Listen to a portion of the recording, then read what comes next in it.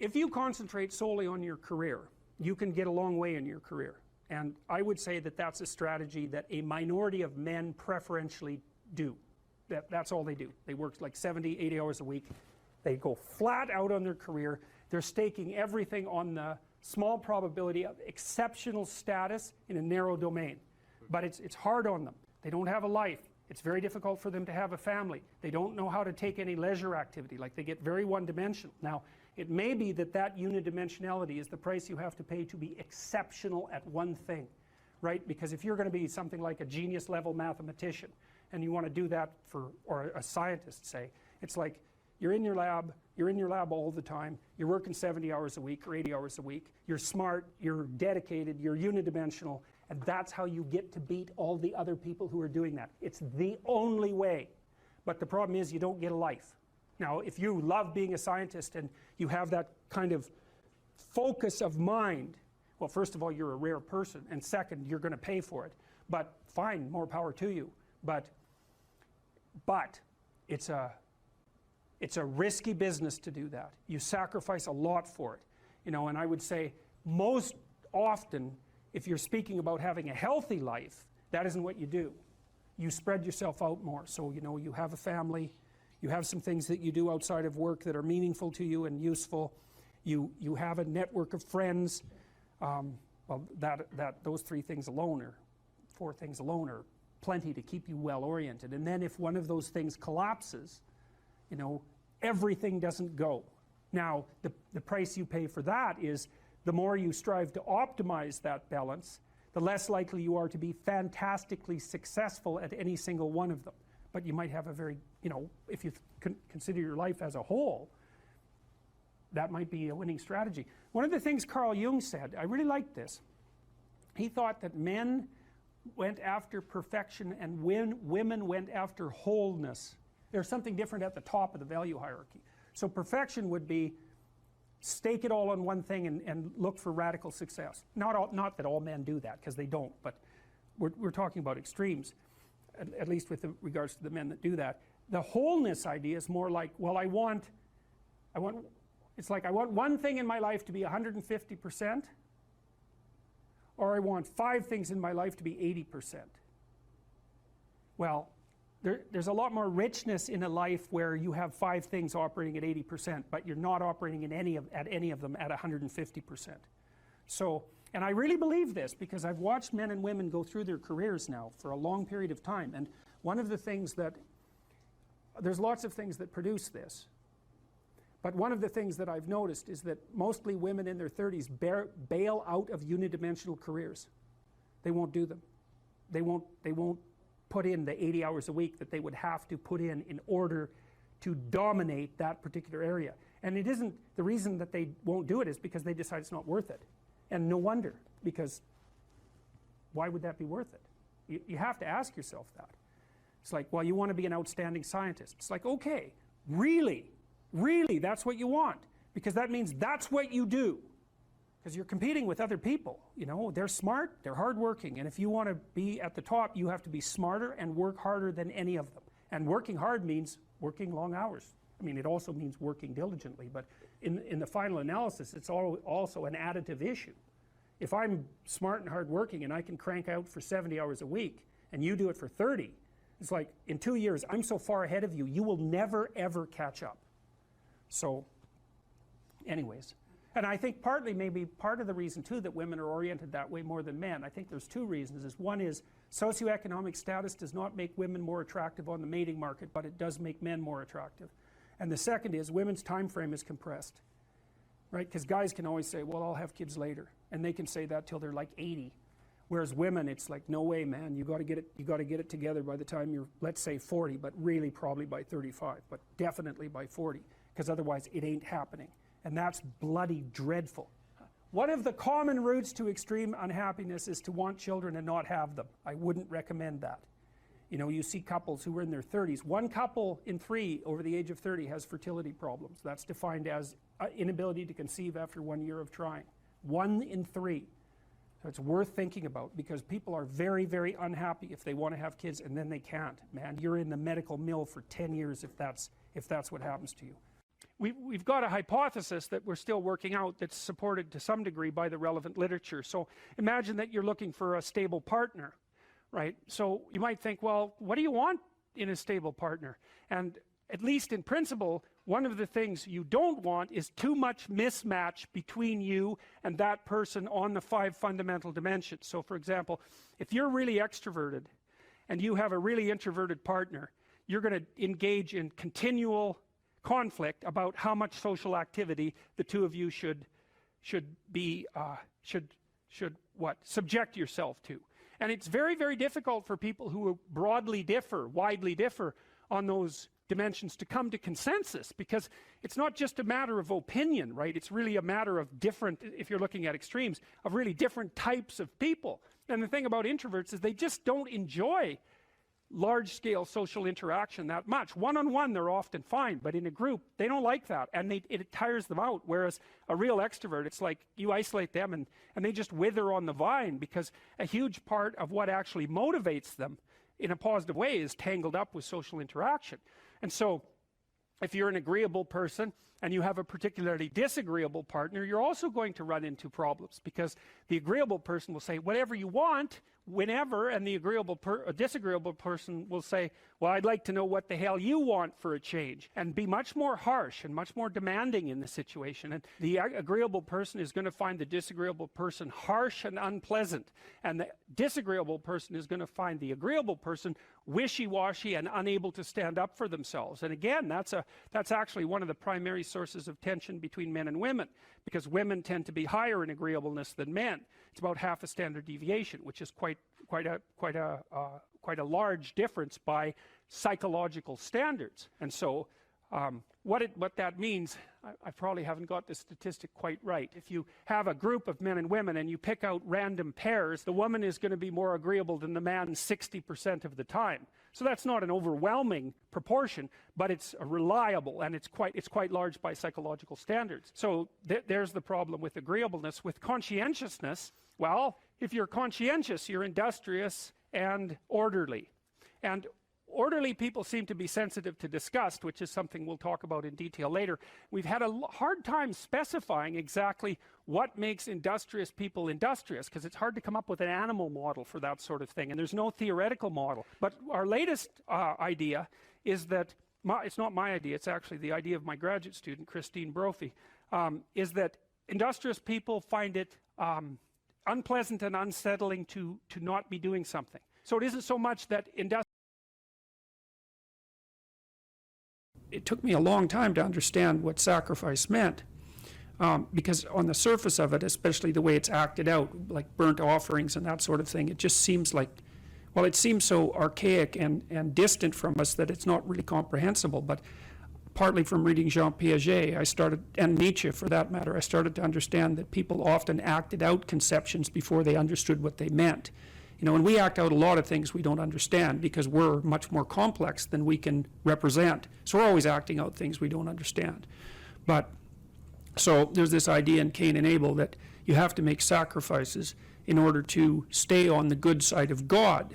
And so I thought about that practically, say, not so much metaphysically, but practically, and realized that that was equivalent to the discovery of time, of the future, because we do act, and this is a peculiar discovery of human beings, and maybe a consequence of our expanded intelligence, is that we're actually aware of the future, and we actually treat the future as if it's something that you can bargain with.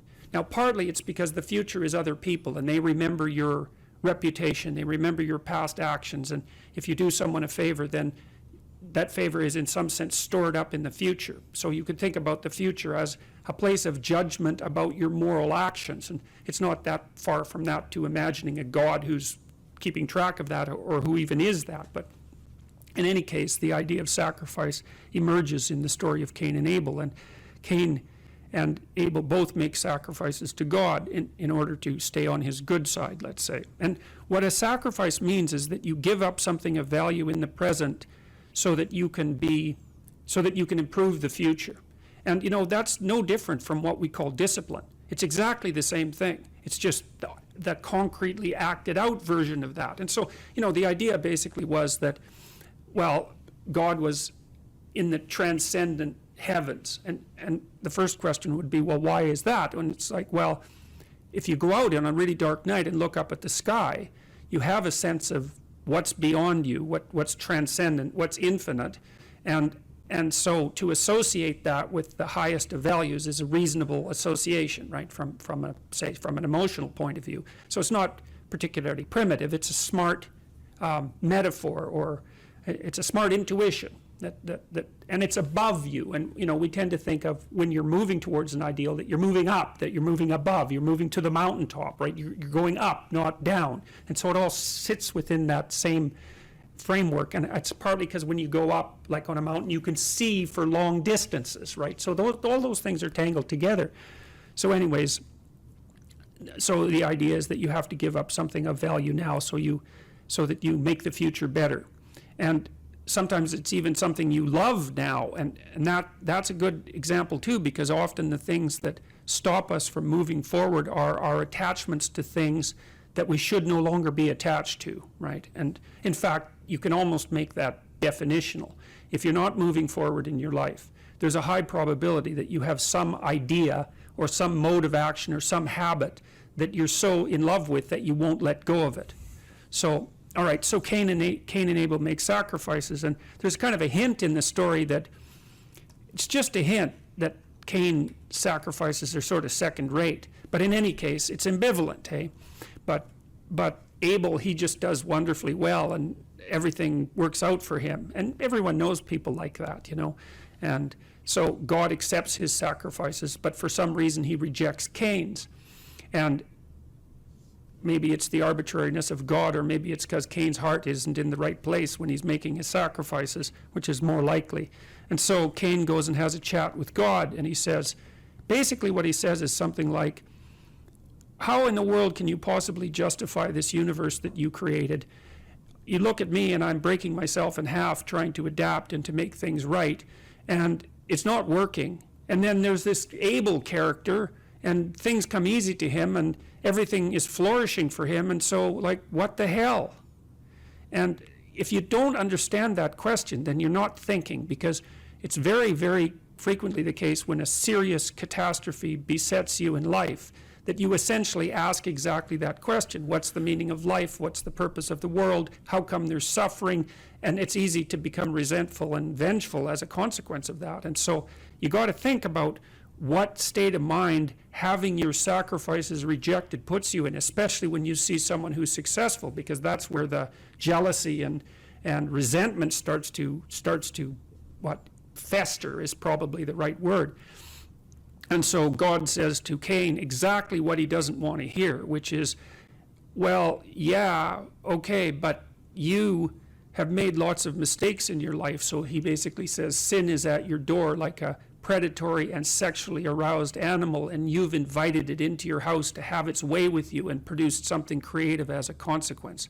So he's used a sexual metaphor, and so that you've willingly gone down the negative path, and you've allowed that to enter into you and to operate in a creative manner, and you've spun off all these terrible thoughts and this justification for not acting properly, and that's why things aren't going well for you, and so don't lay that at my feet, which is the most brutal possible message he could have got.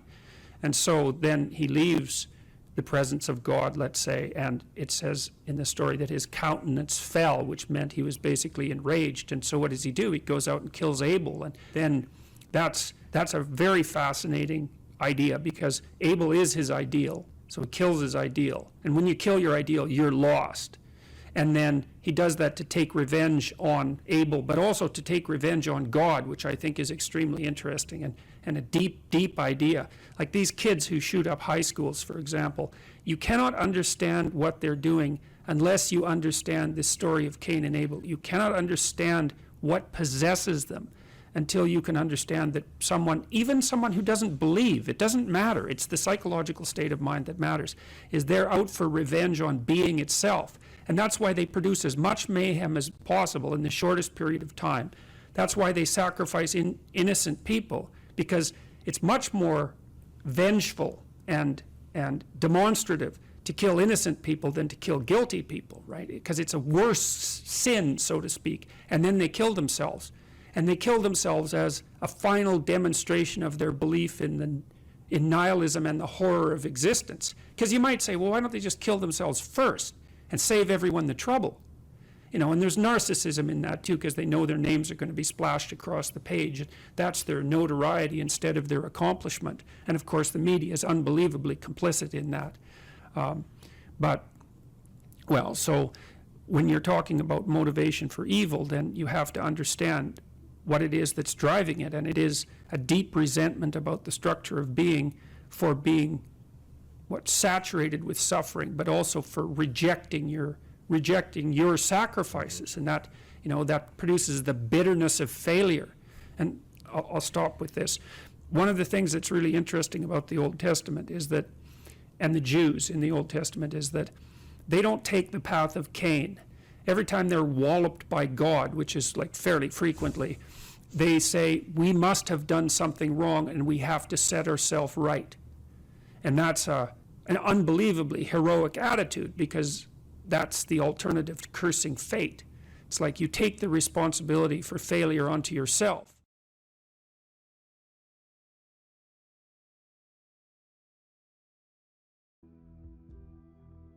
I had lots of clients and students who were chaotic in their orientation to life. They didn't know what to do, and they didn't know what to do about not knowing what to do. It's like, I don't know what to do with my life, and I don't know what to do about my ignorance. And my reaction to that, in some sense, wasn't exactly the reaction of a clinician, because not a typical clinician, because typical clinicians are liberal Protestant in their fundamental orientation, and they tend to think of psychological development as something like self-actualization, right? It's really a self-development process. But that wasn't my observation, partly influenced by the developmental psychologist Jean Piaget.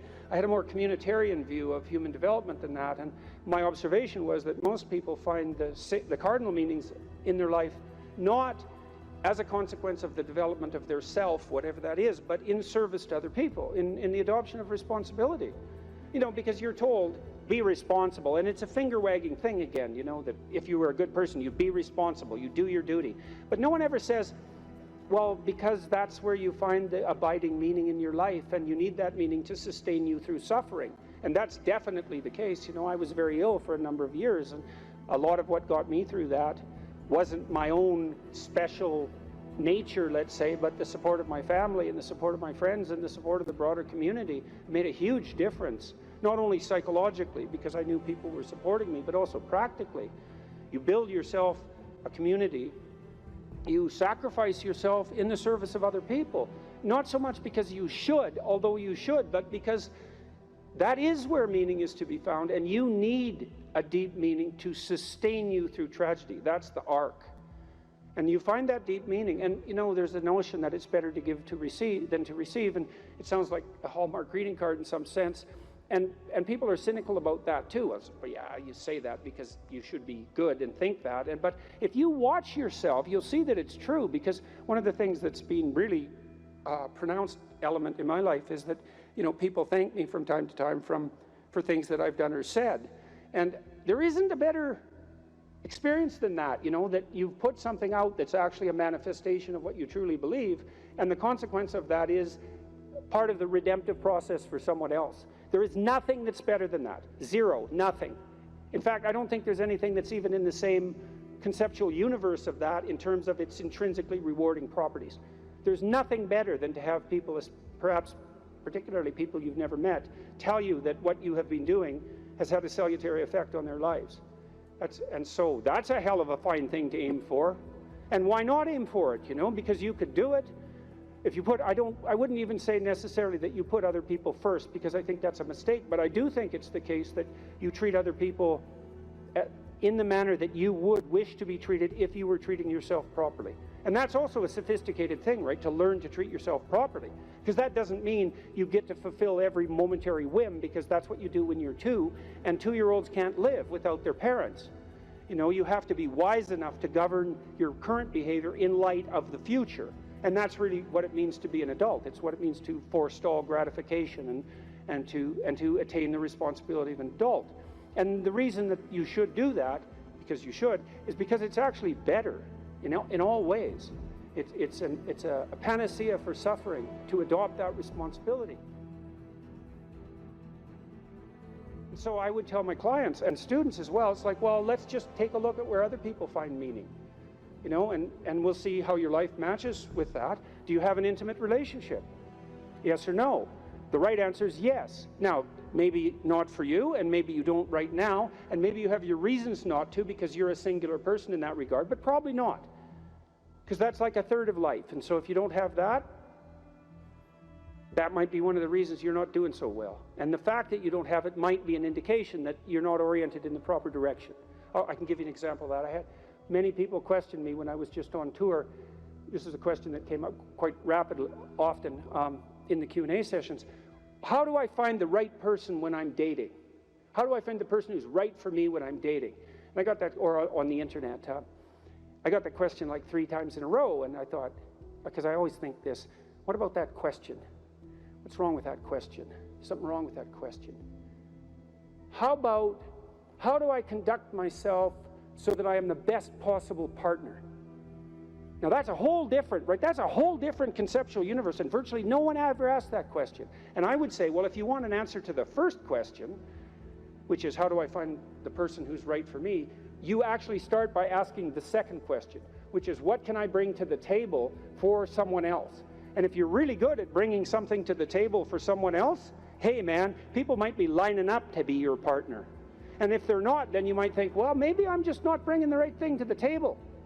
And that's worth thinking, especially if you're desperate, you're lost, and you're alone. It's like, maybe I got this wrong. And I usually sort of top that with the suggestion that even if you did find the person who was perfect for you, and they're that perfect, what makes you think they wouldn't take one look at you and run screaming away? And they likely would if they were that perfect, because, really, are you that much of a catch? And if you think you are, that might be part of the problem. So that's one, right? Intimate relationship. So I would say to you at the crossroads, develop a vision for your relationship. There's a gospel saying, which is, of course, impossible to comprehend or believe. Knock and the door will open, ask and you will receive, seek and you will find. And people think, well, no way, the world's not constituted like that. It's like, it goes back to the idea of aim. If you don't aim at it, you're not going to hit it. And it might also go back to a question about what do you mean by ask and what do you mean by want? Because it isn't just some casual request. You're praying to God, I wish I could find my wallet or something like that, as if he's the casual granter of magical wishes, like a fairy with a magic wand. It's not that. Asking means something like this: I am willing to give up everything that I'm doing wrong so that I can put things right, if I could know what right was. And that's you're on your knees when you say that, man. And maybe if you're on your knees, you get the answer. And so that's worth thinking about. So, if you knocked and you wanted to walk through and you asked and you wanted to learn, and you sought because you wanted to find, maybe you would receive and be answered and find, but not without aim. And so I might say, well, look, if you could have the relationship you wanted, you get to have the relationship you want and need. But you have to know what it is. And so then you need a vision of that. It's like, and a developed vision, Not, I need to find the person right for me. It's like, what do you mean by that? How are you going to treat your partner when they come home from work? How about something that concrete? Or how would you like to be treated when you come home from work? Or what sort of partner do you want in relationship to their attitude towards children? You have to make it real, like it's the story of your own life, which, by the way, it is. And then maybe you find it, because at least once you've developed the vision, if it manifests itself, you'll recognize it. That's something. Why don't you set your family right? You need siblings. Maybe you don't have them. Set your relationship with your parents right. Fix your relationship with your father, with your mother, with your siblings. The same thing. And then what sort of relationship do you want to have with your children? If you could have what you wanted. I had a very good relationship with my children. My daughter, as I said, was very ill, so that made things complicated. But I had a great relationship, and still do, with my son. It's one of the lights of my life. And we concentrated on making that relationship pristine, both of us, and my wife as well. And so you imagine, well, I want my son to love me. I want my son to respect me, and vice versa. I want a child who can make mature decisions. I want someone I can rely on. I want someone who other people gravitate towards. Because I can have what I want if I'm willing to make the proper sacrifices. And so that's a good thing. Could you set your family straight? Well, you need a job or a career. So what can you offer, and what can you bring the world in that regard? And then I would say, well, if you're thinking about career success in this Tower of Babel manner, then that's a temptation. But you might think, well, how much good could I do if I had the opportunity in the shortest possible period of time, if I went all in? And then there's an aim, man, there's an aim. And then you might think, well, what would that look like? You know, if I was a light to my community, if I was a light to the people I work with, who would I be if I was like that? And then you can conceptualize that, and you can see when you deviate from it, and why couldn't you correct for the deviations and move towards that? And then you might say, well, are you going to make productive use of your time outside of work? Productive and generous use of your time? Productive, generous, and meaningful use of your time. How about that? You're going to control your susceptibility to temptation, regulate your alcohol and drug use, because alcoholism takes out lots of people. Regulate your sexual temptation. You can control yourself for some reason that's worth controlling yourself for. You know, because there's something to being sybaritic. There's at least the momentary pleasure. It's not nothing. And you're not going to sacrifice that, if you have any sense, unless you sacrifice it to something clearly better.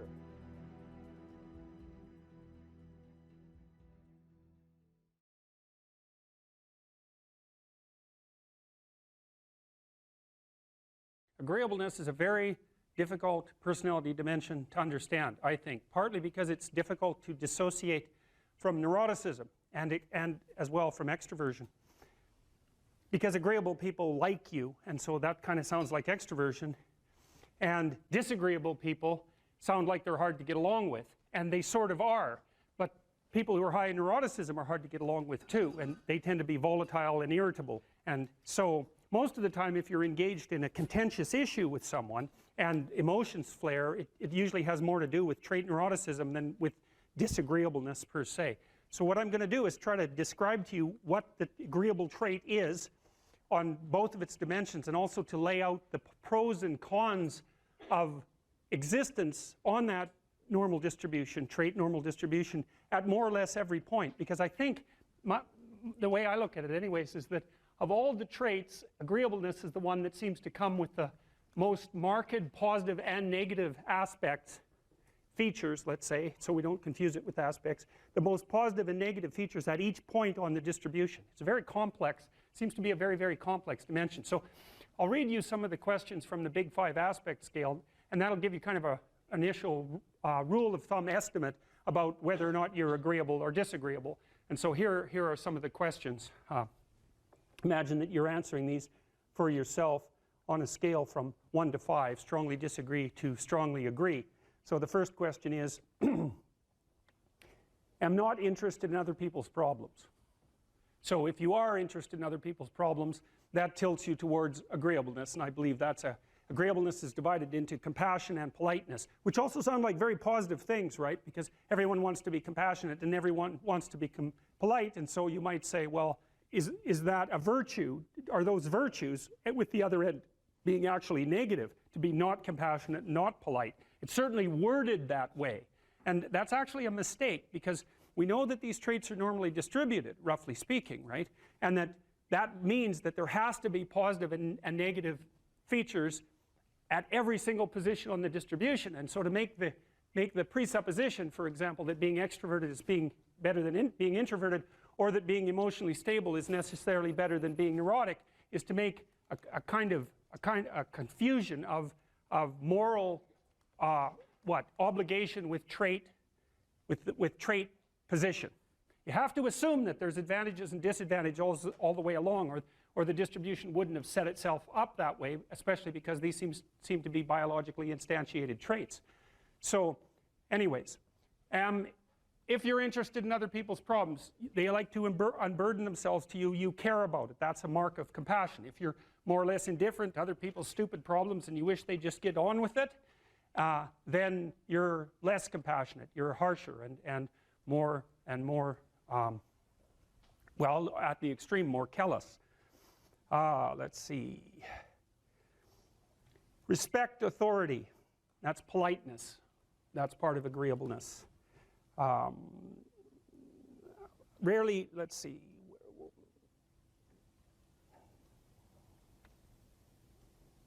Feel others' emotions. Compassion. Inquire about others' well-being. Compassion.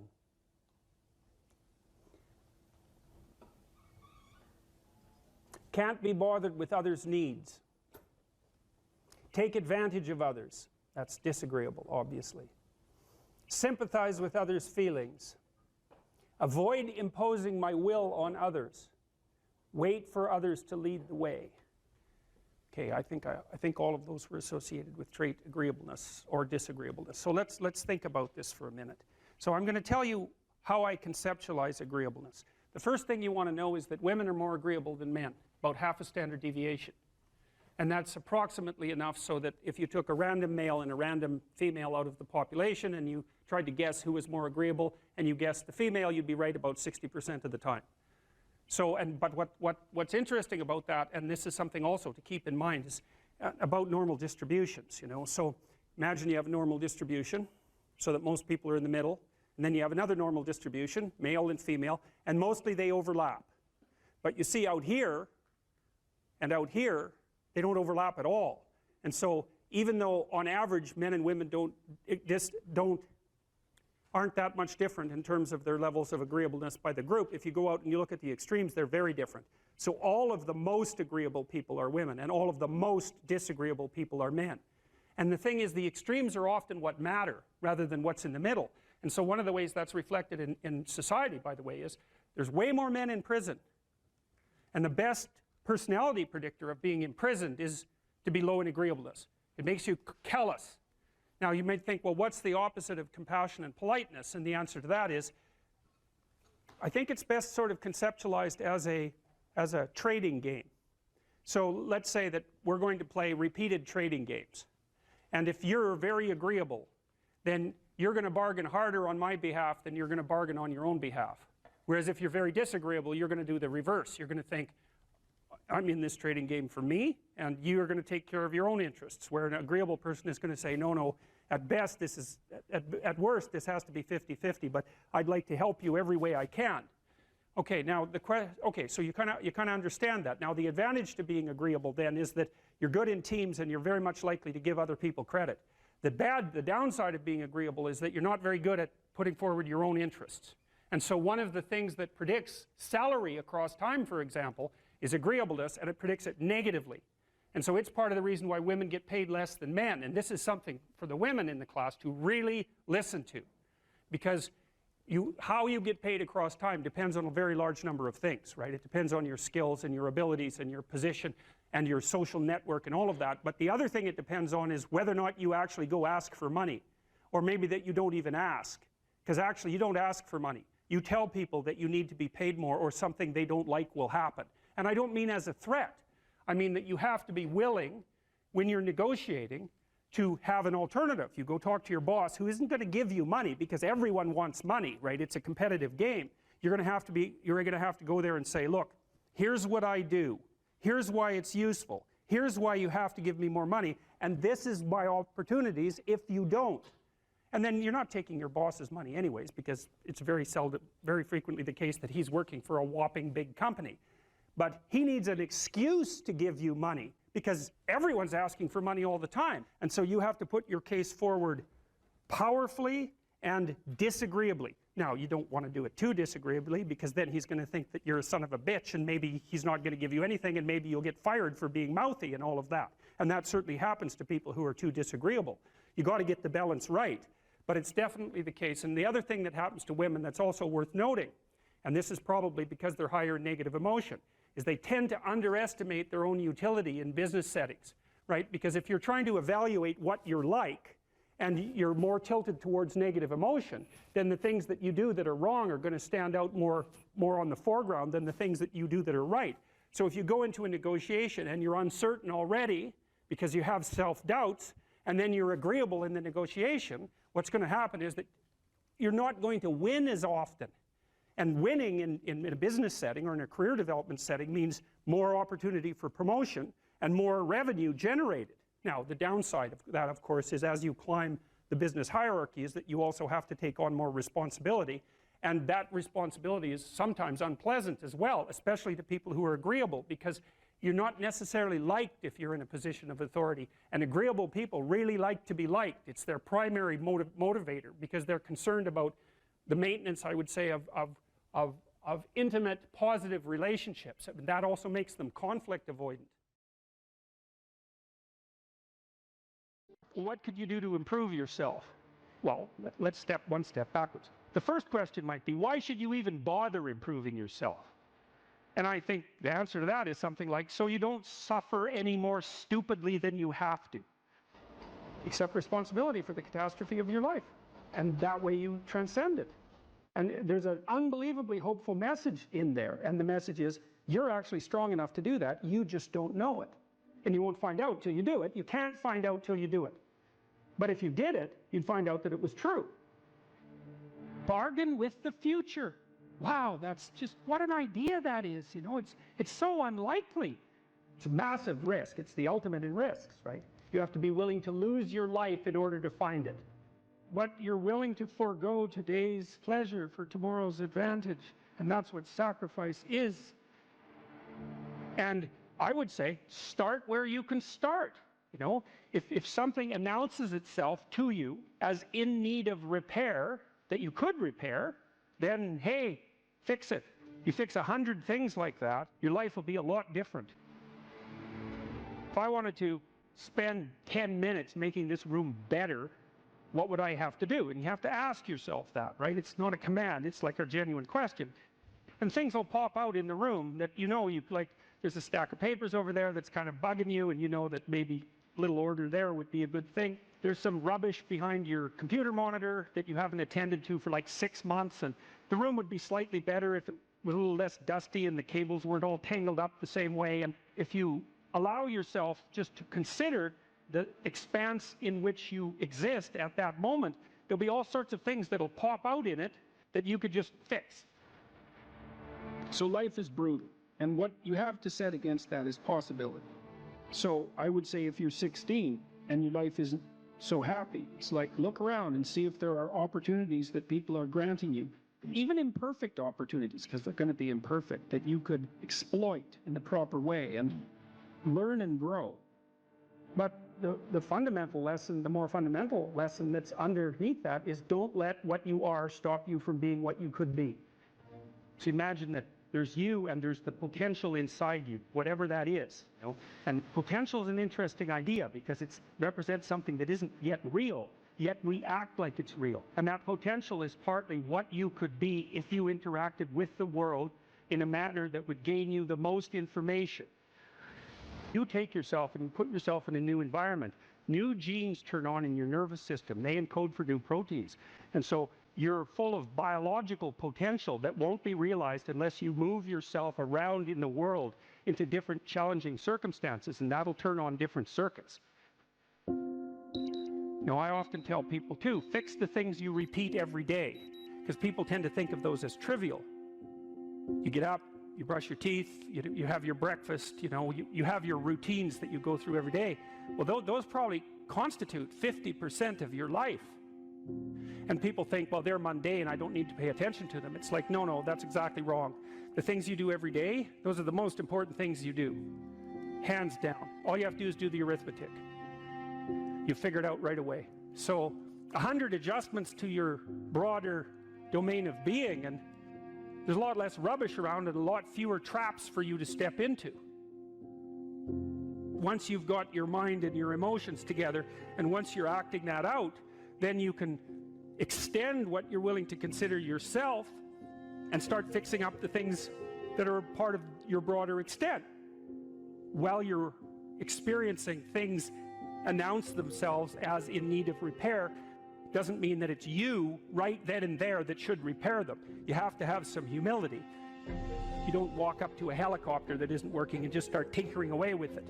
You have to stay within your domain of competence. But most of the time, if people look at their lives, It's a very interesting thing to do. I like the idea of the room, because you can do that at the drop of a hat. You know, go back to where you live and sit down and think, okay, I'm going to make this place better for half an hour. What should I do? You have to ask, and things will just pop up like mad. And it's partly because your mind is a very strange thing. As soon as you give it an aim, a genuine aim, it'll reconfigure the world in keeping with that aim. That's actually how you see to begin with. And so if you set it a task, especially, you have to be genuine about it, which is why you have to bring your thoughts and emotions together, and then you have to get them in your body so you're acting consistently. You have to be genuine about the aim, but once you aim, the world will reconfigure itself around that aim, which is very strange. And it's technically true. And so I think that you can, in fact, decide to take on the load that's optimally meaningful if you want, and then you get to have your cake and eat it too. You're on the pathway to continual incremental improvement. You only have to burn off a feather at a time instead of having the whole bloody thing burst into flames. It's a constant source of renewal. And there's an idea that to be renewed, you have to drink the water of life. That's an old mythological idea. Chaos is water. Water is chaos. Water is what washes away too much order. And to stay continually refreshed by the water of life is to take on exactly the right amount of chaos to make sure that your garden is properly nourished. And I think meaning is actually the marker of that. You don't choose your interests, they choose you. And that's really worth thinking about too, man, because, you know, it's really hard to get interested in something you're not interested in, even if you know there's a good reason for it. You know, you're studying for an exam, you find the material boring, anything will be more interesting than the study. Even though you know that that's what you need to do, you can't voluntarily grab yourself by the scruff of the neck, let's say, and shake yourself and say, sit down and concentrate. Your mind will just go everywhere. But then if you're interested in something, and even if it's something you shouldn't be interested in, because that happens all the time, then it's like you're a laser focused, man. You can pay attention forever. You can work until you're exhausted. You won't even notice it, and you remember everything. It's like, okay, if you can't control your interest, what does? Your interest was being manipulated behind the scenes by unseen forces that were associated with your characterological development across time. That was the manifestation of the self. So the self is this, the potential you, let's say. And the way it operates in the present is by gripping your interest and directing it somewhere. And that's part of the instinct of self-realization. It's a mind-boggling idea, really. It's, the potential that you are has to manifest itself somehow in the here and now. It has to. And what better way than by directing your attention? You know, it's like, it seems like this might be useful for you. Maybe you get attracted to this person. Maybe you admire this person. That happens with kids a lot. They'll admire someone and then copy them. And you can see that that's obviously part of their developmental progression, right? It's a form of hero worship, but kids are very imitative, and they hero worship at the drop of a hat. And so they're entranced by the next stage of development. And if they see someone who embodies that, especially if it's in the zone of proximal development, it's something they could achieve, stretching a bit. They find someone who embodies that next stage of development, and then they start to imitate them and act like them. Well, adults are no different. We're no different. We do it at a perhaps more abstract and sophisticated level.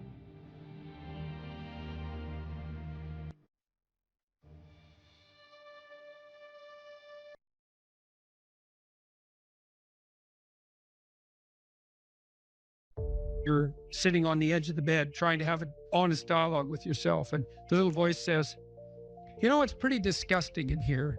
And you think, well, I'm way above such trivial niceties as organizing my room.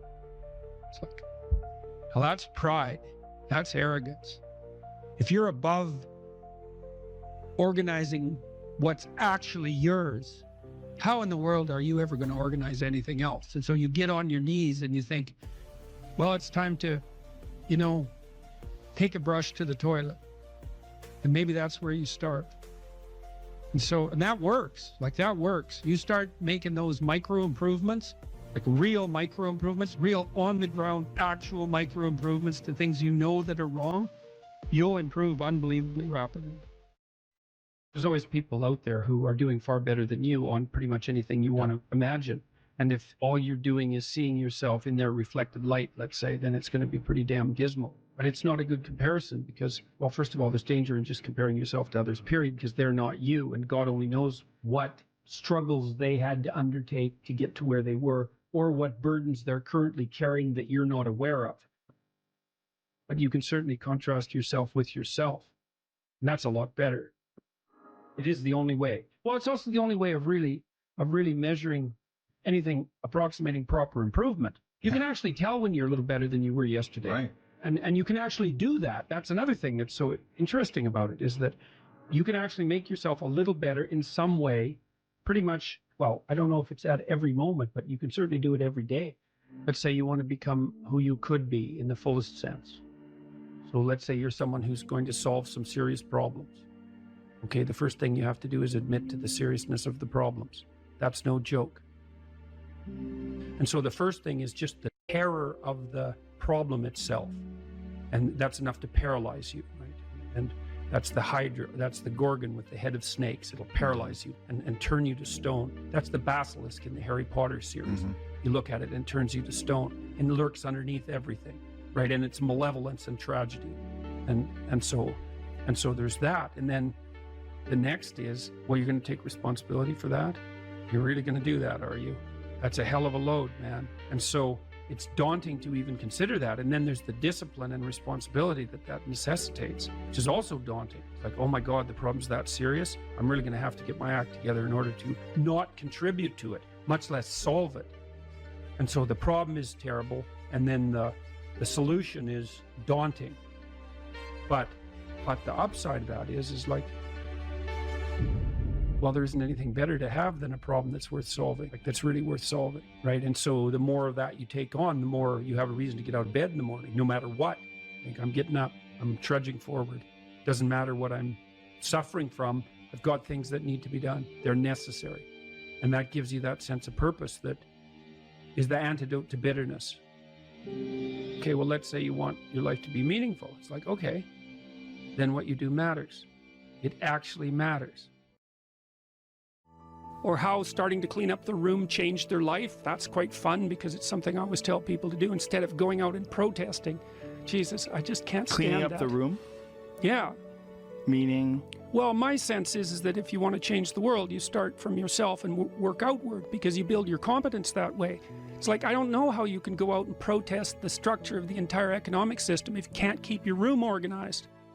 Well, I made a video call, which was called Message to Millennials, where it was called How to Change the World Properly. A bit of on the pretentious side, I suppose, but I was trying to produce something that was a counterposition to this idea that what you should do is go out and fix up other people. You know, that's just not right. And there's a New Testament line about that, something about, you know, not worrying too much about the log in your neighbor's eye or about the speck in your neighbor's eye when you have a log in your eye. What would the world be like if people stopped avoiding the things they knew they should do? You know, because the question is, how much are we contributing to the fact that life is an existential catastrophe and a tragedy? How much is our own corruption contributing to that? That's a really worthwhile question. The things you leave undone because you're angry, you're resentful, you're lazy, you have inertia. Well, you consult your conscience and it says, well, you know, that place over there could use a little work.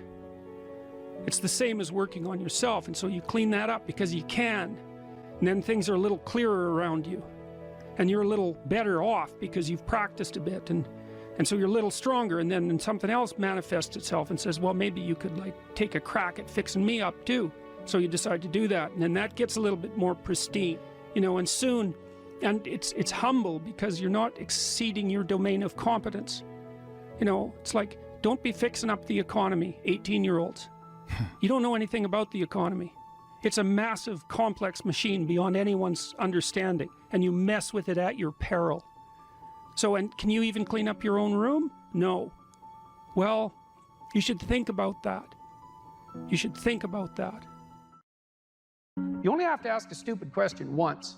You ask a stupid question, and if you're in a crowd and you ask a stupid question, 80% of the people in the crowd have the same question. They're just too cowardly to ask. But you ask and then someone actually tells you, you never have to ask that question again. You're no longer stupid. What stupid thing am I doing that I could quit doing? That I would quit doing? Because those aren't the same thing, right? Because you know there's stupid things that you're doing that you're just not going to quit doing because you like them. But there might be something on the edge there where you could stop that.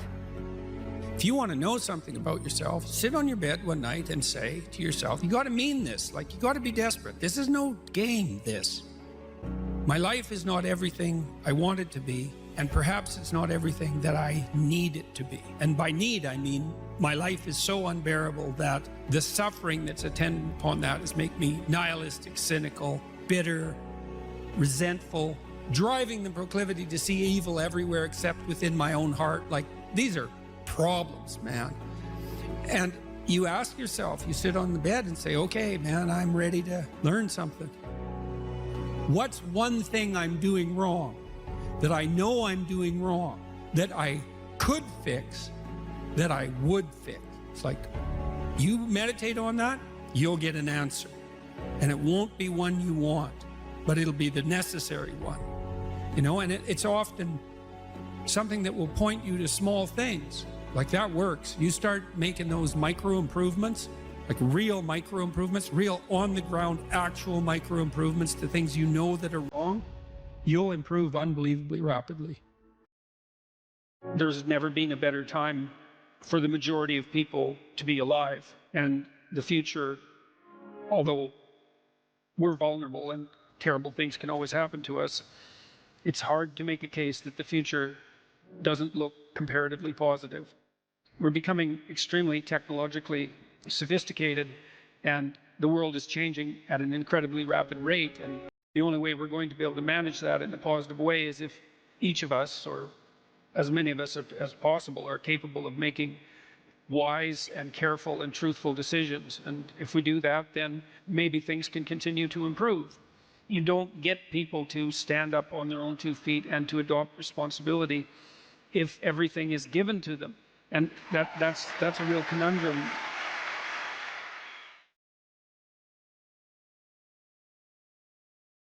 The internal problem is, how do you deal with tragedy and malevolence? And you can say, well, I'm not prepared. It's like, yeah, fair enough. Unsurprising, especially if you were overprotected as a child. It's not a good idea to overprotect your kids, because the snakes are going to come into the garden no matter what you do. And so then you, instead of trying to keep the damn snakes away, what you do is you arm your child with something that can help them chop them into pieces and make the world out of them. So that the trick for human thriving in the face of suffering and malevolence is strength, not protection. It's a completely different idea. We also know this clinically. We know, for example, that if you treat people with exposure therapy for agoraphobia, which is, roughly speaking, the fear of chaos, I would say, the fear of everything, you don't make them less afraid. You make them braver. It's not the same thing. Because with an agoraphobic, see, what happens to them is the fall. They never conceptualize death and suffering. They're naive, right? It never enters the theater of their imagination, and it's because they're protected from it. But then something happens. This often happens to women in their 40s, because they're the people most likely to develop agoraphobia. Something happens. They've been protected from chaos by authority their entire life. So maybe they had an overprotective father, and then they went to an overprotective boyfriend, and then they went to an overprotective husband. And maybe they were willing to be subjugated to all three of those because of the protection, right? So that's the bargain. They stay weak and dependent, and maybe they have to, because that's the only way they can appeal to the person who's hyperprotective. But the price they pay for that is that they're not sufficiently competent. And then something happens in their life, often in their 40s. They develop heart palpitations, maybe as a consequence of menopause. Their heart starts to beat erratically, and they think, oh no, death. It's like, well, who are you going to talk to about that? Right? There's no protection from authority for that. Or maybe their friend gets divorced, or maybe their sister dies, or something like that. It brings up the specter of mortality, and maybe the specter of malevolence and mortality, and it brings it up in a way that authority, recourse to authority, cannot solve. And so then they have panic attacks. What happens? They go out, they get afraid, they feel their heart beating, then they get afraid of their heart beating because they think, oh no, I'm going to die, and they think, oh no, I'm going to die, and I'm going to make a fool of myself while I'm doing it and attract a lot of attention. So the two big fears come up: mortality and social judgment. And then they have a panic attack. It's like fight or flight's gone out of control. Very, very unpleasant. Then they start to avoid the places they've had a panic attack. Then they end up not being able to go anywhere. So then Tiamat has come back, right? A huge monster, a little victim. And so what do you do with them? Well, there's no saying, no, there's no Tiamat. That's done, right? Their naivety is over. They've had a direct contact with the threat of mortality and social judgment. They've met the terrible mother and they've met the terrible father. And there's no going back. There's no saying, oh, the world is safe. It's not safe. Not at all. It's not safe. The fact that you think it's safe means that you were living in an unconscious bubble that was sort of provided to you by your culture. It's a gift. And now that's been shattered. And so now what do you do? Well, the answer is you retreat until you're in your house and there's nowhere you can go. You're the ultimate frozen rabbit, right? And your life is hell because you can't function. The alternative is, let's take apart the things you're afraid of.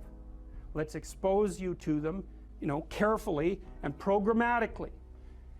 And then you'll learn that you're actually tougher than you think. You never knew that. And maybe you didn't want to take on the responsibility because, people play a role in their own demise, so to speak. When you had opportunity to go out and explore or withdraw because you were afraid, you chose to withdraw because you were afraid. So it's not only that you were overprotected often, it's that you were willing to take advantage of the fact that you were overprotected and run back there whenever you had the opportunity. So maybe you're a kid in the playground, right, and you're having some trouble with other kids, and in the back of your mind, I should deal with this myself, but you go and tell your mom and get her to intervene. And you know that that's not right. You know that you're breaking the social contract, but it's easier, and so that's what you do. You run off to an authority figure and hide behind the Great Father, roughly speaking. Well, the problem with that is you don't learn how to do it yourself. So then you have to relearn it painfully when you're 40. So then you take people out, you say, well, what are you afraid of? Rank it from 1 to 10. So 10 is, make a list of 10 things you're afraid of. The thing you're least afraid of we'll call number 10. So we'll start with that. Okay, well, I'm afraid of elevators. Okay, well, let's look at a picture of an elevator.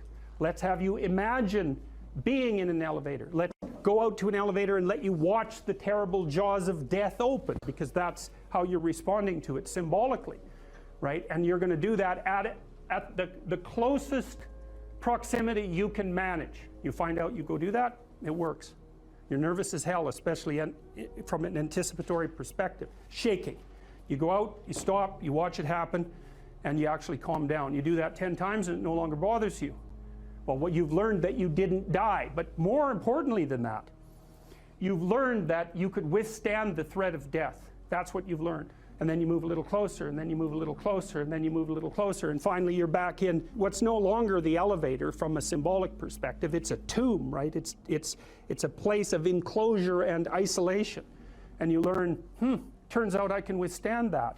And then you're much more together, much more confident. And that's often one of the things that often happens in situations like that. I've seen this multiple times, is that if you run someone through an exposure training process like that and toughen them up, they'll often start standing up to people around them in a way they never did before, because they wouldn't stand up for themselves before because they weren't willing to undermine the protection. See, if you're protecting me, I can't bother you because I can't afford to forsake your protection.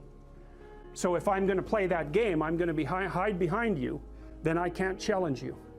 So that's no good, because that's sometimes why people, you see this with guys very frequently, they're still deathly afraid of their father's judgment when they're in their 30s or 40s. It's like, well, why? Well, because they still want to believe that there's someone out there that knows. And so they're willing to accept the subjugation because it doesn't force them to challenge the idea that there's someone out there that knows. Because that's the advantage of having your father as a judge, right? Because he knows. Well, what if he doesn't? What if no one knows any better than you? Well, that's a rough thing. You don't, until you realize that, you're not an adult, right? That's really technically the point of realization of adulthood, is that no one actually knows what you should do more than you do. I mean, it's a horrible realization, because what the hell do you know? It's a terrible realization, and people will often pick slavery, permanent slavery, to the spirit of the Great Father, let's say, over that realization, and it's completely understandable. But the problem with it is that there's more to you than you think, and so if you continue to hide behind that figure, then you never have a chance to understand that there's more to you than you think, far more to you than you think. Maybe there's enough to you so that you can actually withstand the threat of mortality. without collapsing. Maybe even withstand the threat of malevolence without collapsing. Who knows? It's certainly possible. And it's not an abstract question. It's exactly the sort of question that you address in the psychotherapeutic process. It's always the question that you address. And the answer is often in the affirmative, because people can get unbelievably tough.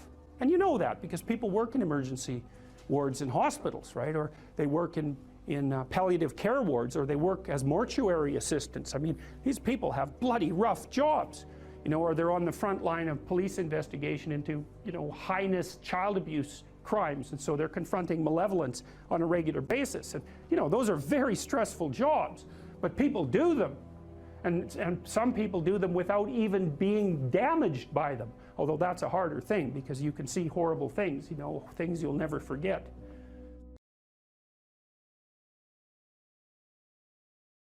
What steps should someone take to start developing delayed gratification when they constantly give in to instant gratification?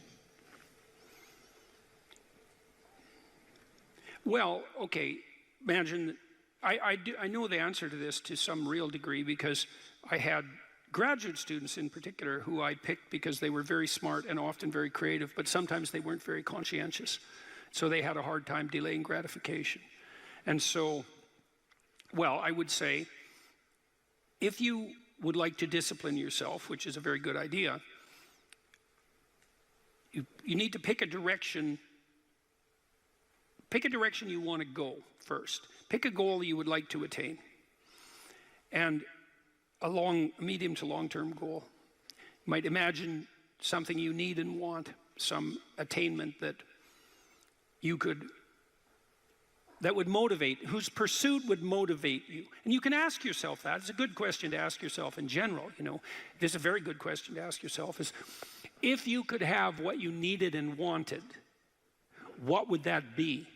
And that's a meditative question. You don't want to force an answer out of yourself. You want to ask yourself that like you would ask someone else. If I could have what I wanted, what would that look like? And you can ask yourself that in a more differentiated way. If I could have the relationship that I needed and wanted, if I could have the friendships, if I could have the job or career, if I could have the educational pathway, if I could adopt civic responsibility in an optimized manner, if I could engage in some creative enterprise,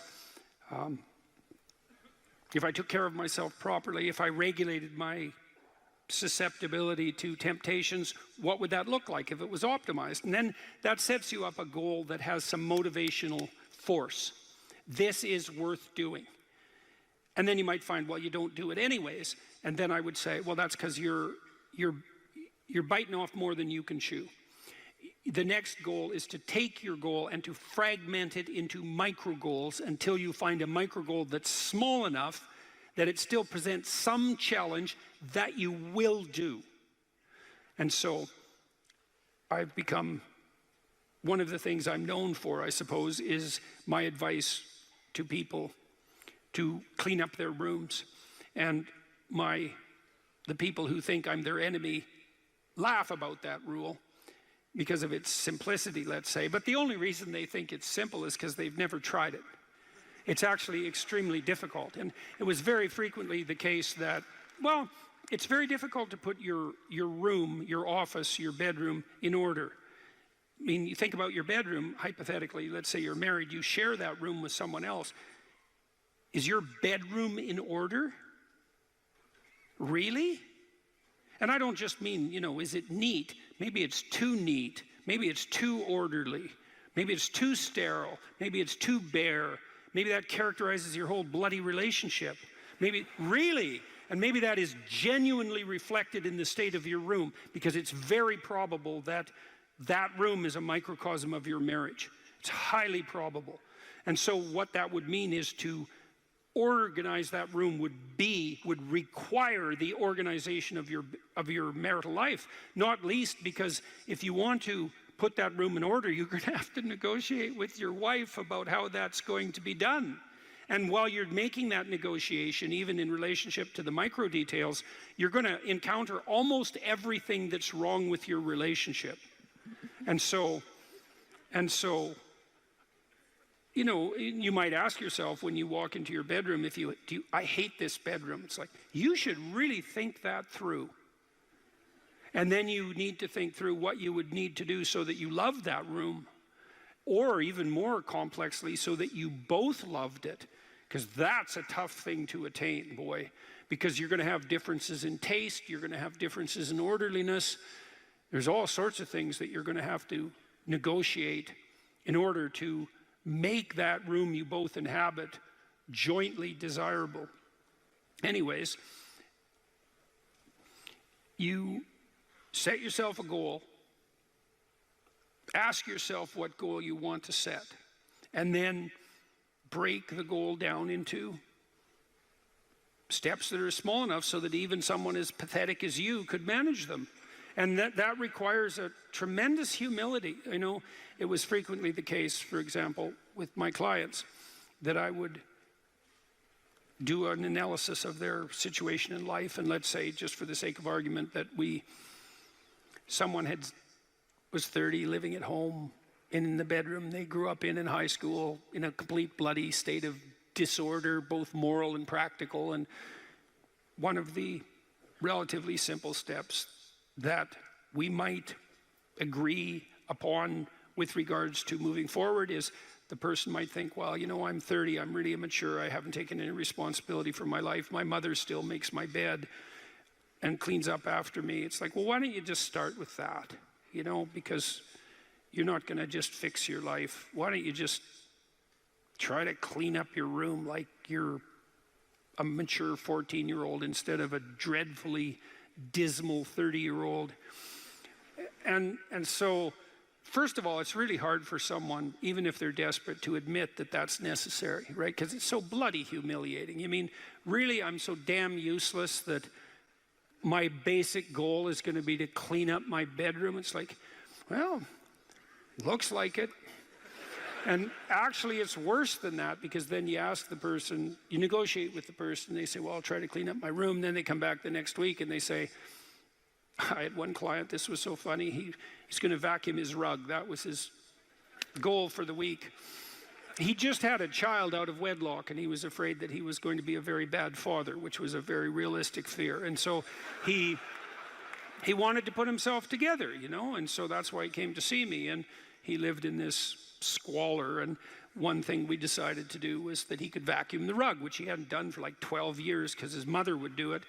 And so it was so funny, it's so unbelievably comical. He went and got the vacuum, a stand-up vacuum, an upright vacuum, and he brought it into his room, but he didn't bring it all the way in.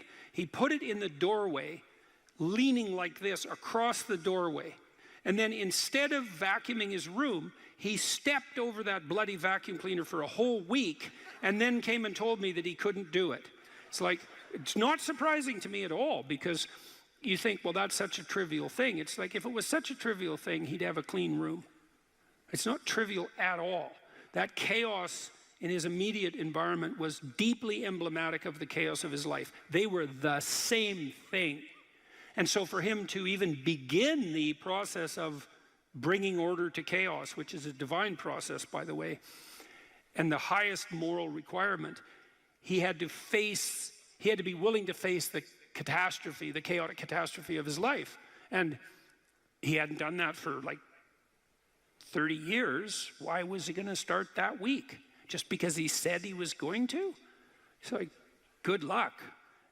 So what you do as a therapist in that situation is you just make the task smaller until you find a task so small, but still moving forward, that the person will do. So I might have said, I don't remember the particulars of the situation, I might have said, well, do you think you can get that vacuum cleaner, do you think you could move it out of the doorway into your room? That's all you have to do this week. Do you think you can do that? And I'd say that and offer that without being contemptuous. Like, you have to be very careful about such things. And I know that this is more complicated than it looks. And I also know that the first step taken towards the domination of chaos and its transformation into order is a cardinal and difficult step.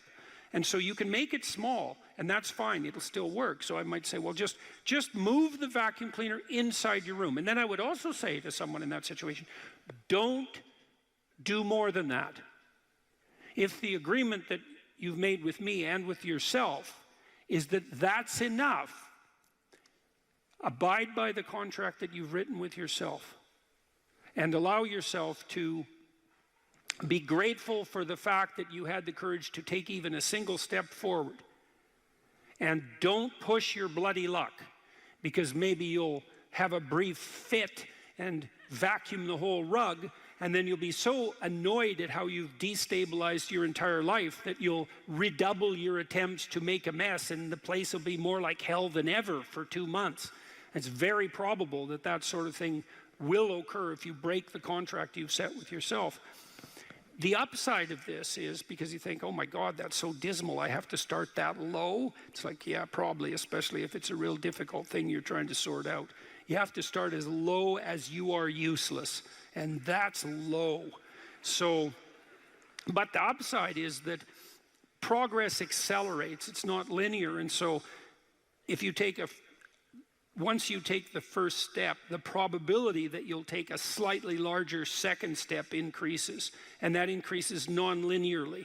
And so once you get the ball rolling, so to speak, once you start pushing the rock uphill, you can do it faster and faster. And so even if you have to start in a very humiliating manner, that doesn't mean that's where you'll end. One of the things that Tammy and I learned to do, and this was a consequence of me being trained as a behavior therapist, is, you know, we'll just take an example that maybe I was trying to learn how to compliment her when she dressed nicely.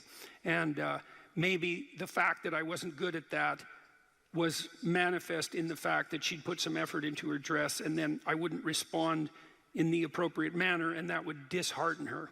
And I don't particularly remember that exactly happening, but it'll be a perfectly reasonable example.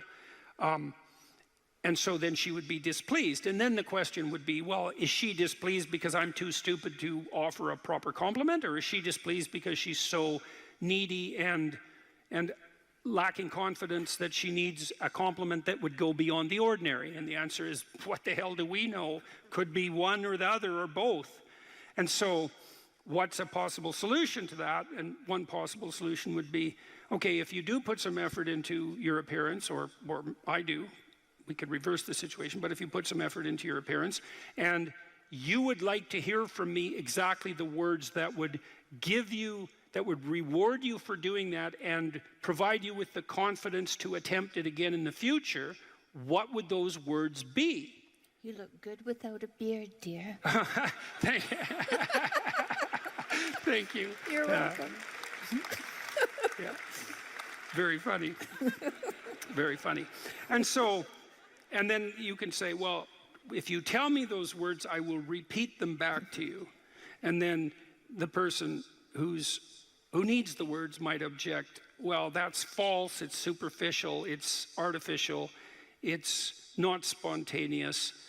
And if you really loved me, I wouldn't have to tell you what to say.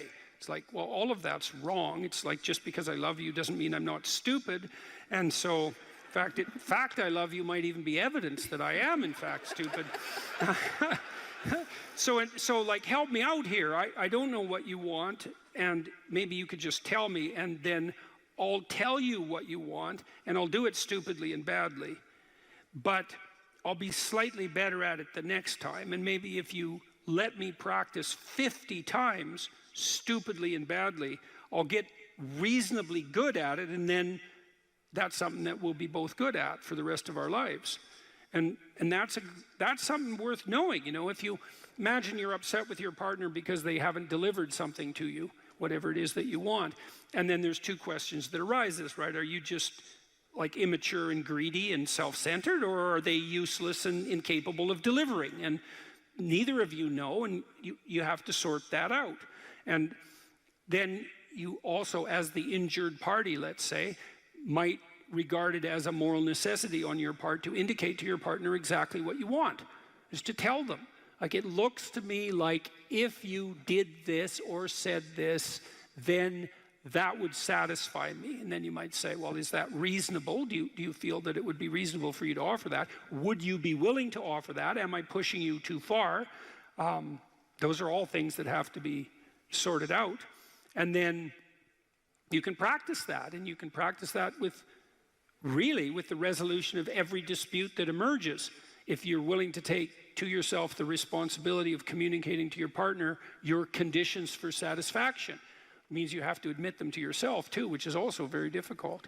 And then you can help your partner take stupid incremental steps forward, you know, in the direction that you'd like to see expand, and then you can get better at that. And that's unbelievably useful. You can get better at how you have dinner together, or breakfast or lunch. Those things repeat every day, so they're very important. You can get better at how you greet each other when you come home.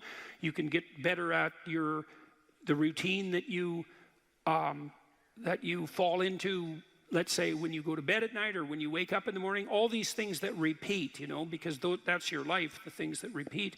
You can conceptualize how you might like them to be ordered if they were undertaken in an optimal manner, and you can start incrementally moving forward to that. And you can do that by communicating what you need and want, and by carefully rewarding your partner for taking the appropriate incremental steps forward. And so if you're trying to discipline yourself, you make a goal, you break it down into micro goals, and you implement the micro goals and reward yourself for doing so. And if you do that reliably and you make that a practice, that you'll become more disciplined across time, and you'll move towards the fulfillment of your goals. And that's practically how that's the practical guide for success on that front. There's so little emphasis in our popular culture, especially with regards to the so-called mainstream media, on discipline and responsibility, that there's a tremendous hunger for anything that pertains to that. And you have a right to be discussing that, I would say, because of your background, which, if nothing else, required a tremendous amount of discipline. Yeah, and I ended up writing a book called Discipline Equals Freedom. And I'm lucky that I wrote it when I did, because if I would have written it 2 years later, everyone would have said, oh, everyone's talking about discipline now. So yeah, discipline, absolutely. Discipline does bring you freedom in life. And that's something that I kind of figured out over time. So what do you mean by that? Like, how did you figure that out? And what do you mean by that? Because they're often, and you know, the classic sort of, what would you call it? Romantic rebel is someone who is free from excessive order, let's say. They see freedom and discipline as antithetical, rather than seeing one as a precondition for the other. And so how did you learn that discipline was a precondition for freedom? If I've got the equation, how did that manifest itself in your own life? So we'll start off by saying this. And look, I was a young kid. I joined the Navy to go in the SEAL teams. I went through SEAL training. I showed up at a SEAL team 1. And when I got there, and as I look back, this is a very powerful thing, even though it's very simple. I'm 19 years old when I show up at SEAL Team 1. I'm done with the basic SEAL training. And I have a goal in my head, which is this. I want to be a good SEAL. Mm-hmm. That's what I want to do. That's like, I don't know about anything else. This is what I want to do. I want to be a good SEAL. That's what I want. I want to be a good SEAL. Mm-hmm. And so as a 19-year-old with all kinds of energy, and we haven't talked about my childhood yet, but I was kind of like a very rebellious kid. When you talked about seeing a kid that looked like you could have handed him a club or a battle axe, and he would have probably been feeling a little bit better. I was like that. I was constantly looking around for a club or a battle axe, because that's what I felt like I needed to do. And it was beautiful, because I was running around the woods as a young kid playing Army. And I just went and actually played Army. That's what I ended up doing. So I never really had to force myself into some mold that I didn't want to be into. So I got to SEAL Team 1, and now I just want to be a good SEAL. That's what I want. And so now that starts steering some of my decisions. And for the most part, it steered my decisions in a decent direction. Now, there were some times where, as I look back now, what I thought was a good seal was a little bit off, but luckily it wasn't 180 degrees off. It might have been off 30 degrees or 40 degrees. Right. And as I got older and more mature and I figured out more about what that ideal should look like to me, and I could keep chasing that ideal, that was good. But even to be a 19-year-old kid with a 70 or 80 degree corridor to move forward in is not a bad thing. No, it's a gift. It's a gift, exactly. So then I'm looking around at other SEALs that were older than me and more senior to me and trying to figure out which one of those guys is a good SEAL. Yeah. And what I realized was that the guys that were working harder, for the most part, were good SEALs. Now there's just some people that are just way talented. Right. And they could show up, 3 minutes before a run or 3 minutes before we do a shooting competition, and they could just walk through it, no problem. Right. And that's great for them. It wasn't me. I'm not that great at anything, but I saw other guys that might not be great at anything either, but they worked hard. They showed up to work early. They did the drills that they were supposed to do. They had discipline. And when you have has amalgamated statistics, and I hope I get this right, but it's approximately correct. If you work 10% longer hours, you make 40% more money. Right. And so, and I think your comments about talent are also dead on. It's like in any field of enterprise, there are people who are phenomenally gifted.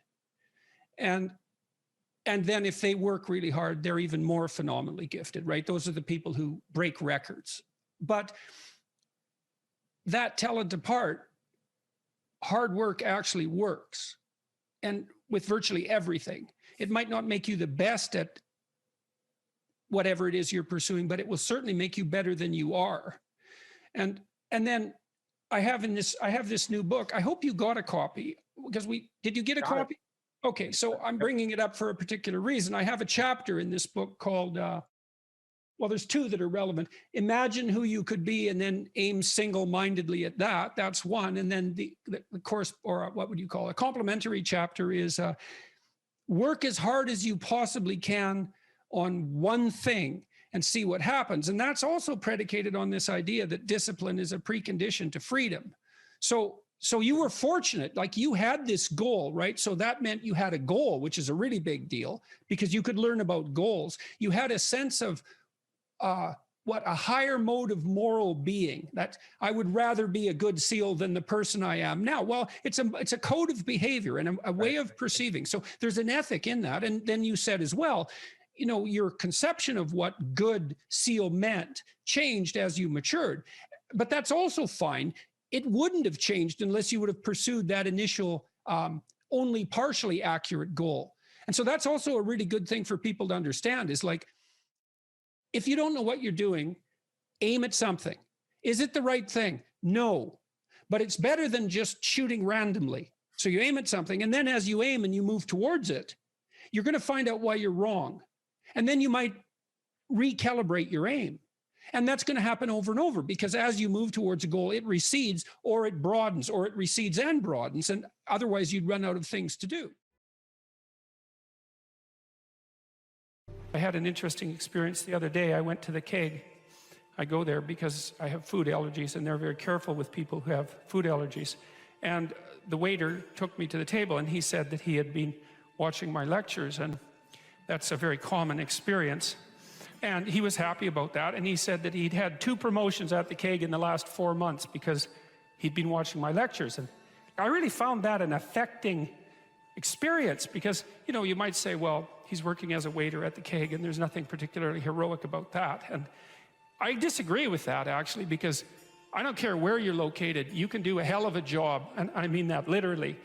You can take whatever job you have and you can make it a real nice little piece of absolute misery. Or you can act like a civilized human being and notice that no matter where you are, there's a richness and a complexity that's completely inexhaustible right at hand. And then you can take that seriously and you can say, well, I happen to be a waiter at the keg and he's a young guy, and perhaps that isn't where I want to end up, but it's not nothing. It's a rich environment, and I can make it a lot better if I want to. I can get along properly with my coworkers and not gossip behind their back, and I can treat my customers properly. And if an opportunity comes my way, I can take it and I can see what happens. And so he said that's what he'd started doing, and that things were working out much better for him. He was in a much better job than he was 3 months ago. And 3 months, that's nothing, right? I mean, that's a nice trajectory. It's an uphill trajectory, and that's what you want, really. An uphill trajectory is actually even better than being somewhere good, as far as I'm concerned, because one of the things that really makes your life meaningful is the clear realization that you're headed somewhere better than you are now. And then it's even better if you also understand that there's a direct causal relationship between the things that you're doing and the steepness of that incline. And so I get a lot of letters from people like that, and they say, well, you know, I've been listening to these lectures and I decided that I'm going to try to take responsibility for my life, and so I've started to stop doing all the stupid things that I know that are stupid, that I know I shouldn't be doing, and I've started doing some of the things that aren't stupid that I know I should be doing, which seems pretty obvious, really, if you think about it. But obvious though it may be, that isn't necessarily what people do. And then they write and say, you can't believe what difference that makes. And they're thrilled about it. And so I'm thrilled about it when I get letters like that, because I really don't experience anything as better than a letter like that or a message like that, because it's so good to see things that aren't so good replaced by something better. And I really do think it's an open question. I truly believe it's an open question to what degree we could make things better if that's what we actually aimed at doing. Well, there's two modes of being in the world, right? There's one where you adopt the responsibility for living properly, for being properly, and you make the sacrifices necessary for doing that, and then everything will flourish properly. And the other one is a pathway of resentment and bitterness and rejection and murder and genocide, and that just seems exactly right to me. And so if the positive path beckons, if you can actually see what it is, if you can lower yourself enough to see what it is. Carl Jung said once that modern people didn't see God because they didn't look low enough. It's a phrase I really, really like, because people denigrate the opportunities that are right in front of them.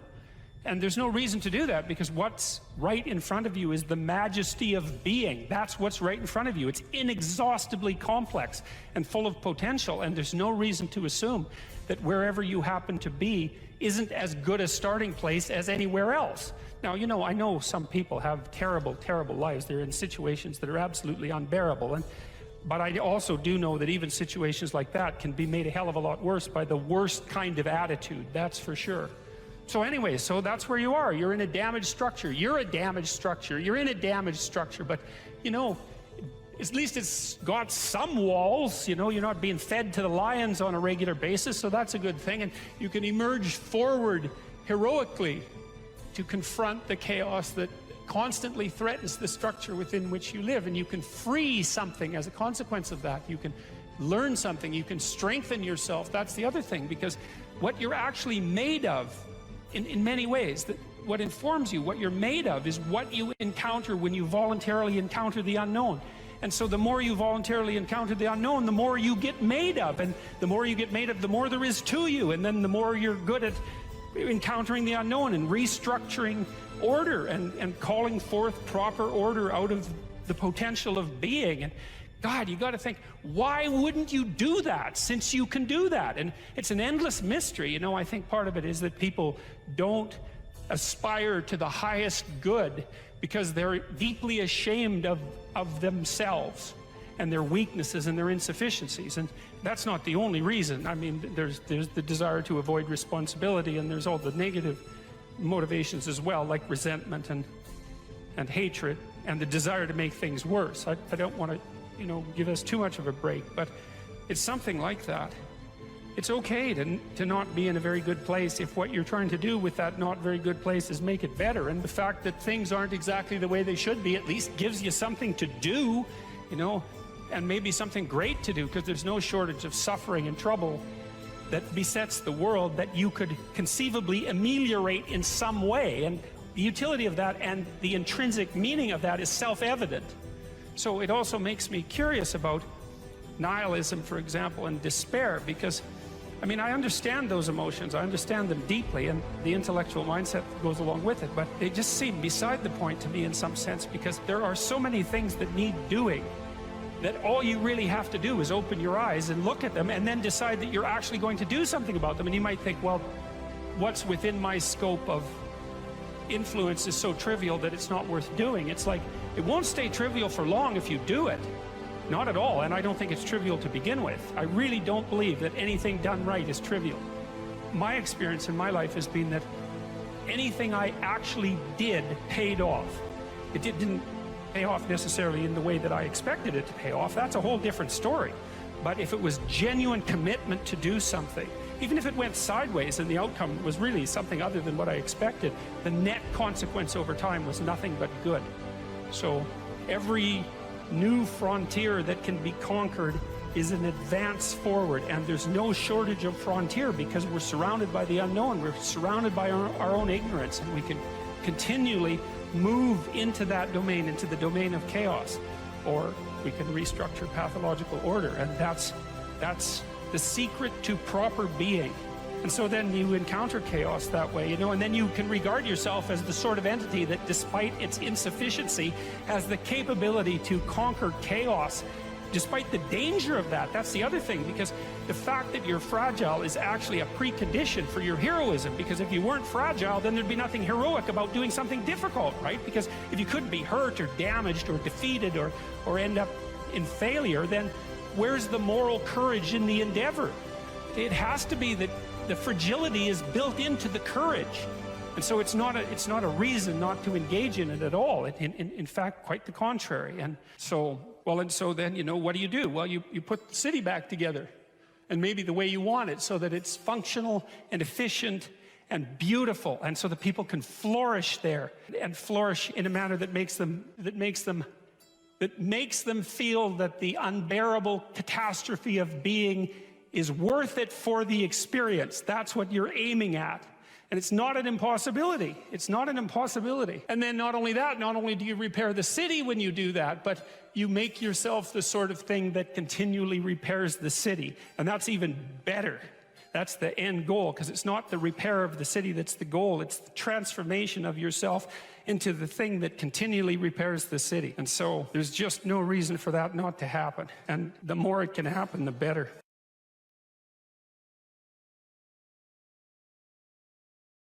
If you're hungry, it's not a deterministic drive. It's a subpersonality that has a goal, and then it has a bunch of action patterns that are going to work in reference to that goal. It has a bunch of perceptions that suit that goal, and it organizes your emotional responses around that goal. And so to think about it as a personality is it's a much more intelligent way to look at it. One other thing about Skinner's rats, you know, Skinner could get rats to do almost everything, and he would reward them with food. And so he had a simple rat model, but his rats were starved down to 75% of their normal body weight. So not only were they not social, gregarious rats like rats are, because they were isolated, they were genetically altered from wild rats, but they also weren't as complex as a real rat because they were starving. And so, but you know, a starving rat is a pretty good model of a rat, and a rat is a pretty good model of a person. But a lot of our models of simple behavioral learning were based on starving, isolated rats. So anyways, how to think about motivation? We'll think about it from the hypothalamic perspective. So we could say one thing that motivation does is set goals. And we could say that emotions track progress towards goals. And I'm going to use that schema even though it's not exactly right. So you say, well, motivation determines where you're going to aim. So if you're hungry, you're going to aim at something to eat. And then that will organize your perceptions so that you zero out everything that isn't relevant to that task, which is almost everything. You concentrate on those few things that are going to facilitate your movement forward. When you encounter those things, that produces positive emotion as you move through the world towards your goal, and you see that things are laying themselves out that facilitate your movement forward. Those things cause positive emotion. And if you encounter anything that gets in the way, then that produces negative emotion, and it can be like threat, because you're not supposed to encounter something that gets in the way. It can be anger, so that you move it away. It can be frustration, disappointment, grief. Those would, if you had a response that serious to an obstacle, it would probably punish the little motivated frame right out of existence. You know, so you walk downstairs and I don't know, the contracting company has set a wrecking ball through your kitchen. It's like, that's going to be disappointing. You're not going to keep eating the peanut butter sandwich in the rubble. That little frame is going to get punished out of existence, and some new goal is going to pop up in its stead. And you know, one of the things we're going to try to sort out is how do you decide when you've encountered an obstacle that's so big that you should just quit and go do something else? Because that's not obvious. You know, and you can get into counterproductive persistence pretty easily. So we don't know how people solve that problem. It's a really complicated one. So anyways, we're going to work on that scenario. Your hypothalamus pops up micro goals that are directly relevant to biological survival. That produces a frame of reference. So it's not a goal, it's not a drive, and it's not a collection of behaviors. It's a little personality. And the personality has a viewpoint, it has thoughts that go along with it. It has perceptions, it has action tendencies, all of that. You can see this in addiction, most particularly. So one of the things that you find often with people who are alcoholic is they lie all the time. And that's because when they've built a little alcohol-dependent personality inside of themselves, or a big one, maybe it's 90% of their personality, and one of the things that consists of is all the rationalizations that they've used over the years to justify their addiction to themselves and to other people. And so the addiction has a personality, you know, and so when the person is off, or maybe they're addicted to meth or something like that, where, you know, the addiction is more, it's more short-term powerful than I would say than an alcohol addiction. They'll say anything, and the words are just tools used to get towards the goal. And if they happen to be deceptive, whatever, it doesn't matter. They're just practical tools to get towards the goal. And then when you get towards the goal and you take a nice shot of meth or something like that, you reinforce all those rationales that you used to get the drug, and then the next time you're even a better deceiver and liar. So okay, so we're going to say motivations, one way of thinking about it is they set goals, but it's not the right way of thinking about it. They produce a whole framework of interpretation. And so we're going to think about that framework of interpretation. And then emotions emerge inside of that. So that's it. So the world is framed, motivation set goals. You could say the world has to be framed. So motivation sets that frame, goals, emotions, perceptions, and actions. And then actions track progress. So positive emotion says you're moving forward properly towards your goal. And if you encounter something you don't expect, you stop. That's anxiety. It's like, oh, we're not where we thought we were. And so we don't know what to do, so we should stop because we don't know where we are or what we're doing. Stop, frozen. And then the more powerful negative emotions like pain, they might make you get out of there. So emotions, forward, stop, reverse. That's your emotions within that motivated frame. So, and that's another example of how your mind is embedded in your body. Your emotions are like they're offshoots of action tendencies. That's the right way to think about it, because action is everything fundamentally. So what are some basic motivations? Most of these are regulated by the hypothalamus, by the way, and that tells you just how important a control system it is. The other thing that's useful to know about the hypothalamus is that it has projections going up from it that are like tree trunks, and inhibitory projections coming down that are like grapevines. So you can kind of control your hypothalamus as long as it's not on too much, but if it's on in any serious way, it's like it wins. So partly what you do to stop yourself from falling under the dominion of your hypothalamus is to never ever be anywhere where its action is necessary, right? You don't want to go into a biker bar because you might find yourself in a situation where panicked defensive aggression is immediately necessary. You probably don't want that. You don't want the panic, you don't want the terror, you don't want the frenzied fight, you don't want any of that. You don't want to have to run away in absolute panic. So you just don't go there. And a huge part of how we regulate our emotions is just by never going anywhere where we have to experience them. And so that has very little to do with internal inhibitory control and everything to do with staying where you belong. So, okay. So, basic motivations. Hunger, thirst, pain. Pain is not regulated by the hypothalamus. That's a different circuit. Anger/aggression. Thermoregulation. Panic and escape. Affiliation and care. Sexual desire. Exploration. Play. And you can kind of break those in. You can kind of break those into the classic Darwinian categories too, and say, well, there's a set of motivations that go along with self-maintenance. That'd be your survival. Ingestive and defensive. See, I've sort of coded them there. So the self-maintenance, there's an ingestive set of basic motivations that go with self-maintenance. You say that's hunger, thirst. There's a set of defensive motivations: pain, anger, thermoregulation, panic, and escape.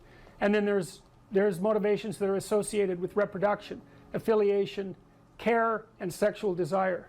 And then I put exploration and play sort of outside of that. I would say because those two things serve both of these approximately equally.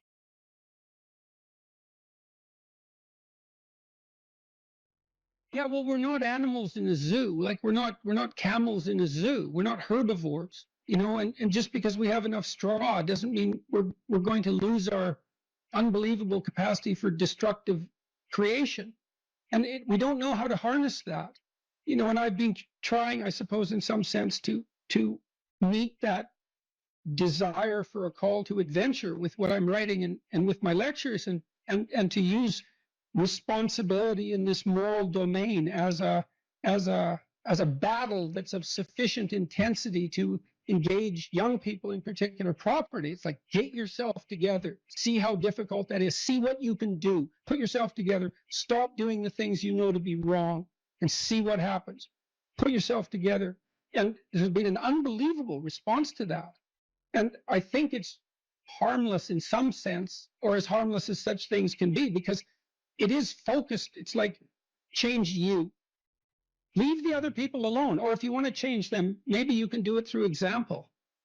You know, but they're not the problem. You have enough problems with yourself.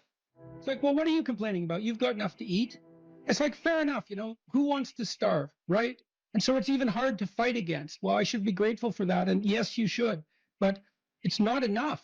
And you think about where we came from, our ancestors, what they struggled against, and from the time we were, you know, from our animal forebears all the way up to where we are now, whatever we're made for, it's not Twinkies and TV. You know, it's not willful blindness and the comfort that brings. It's not enough. And so we need this adventure.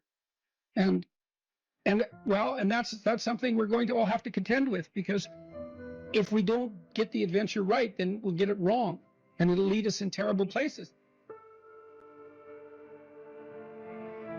One of the things I've said that people have repeated many times, and that it's in memes, and you can buy it on, you know, merchandise items and that sort of thing.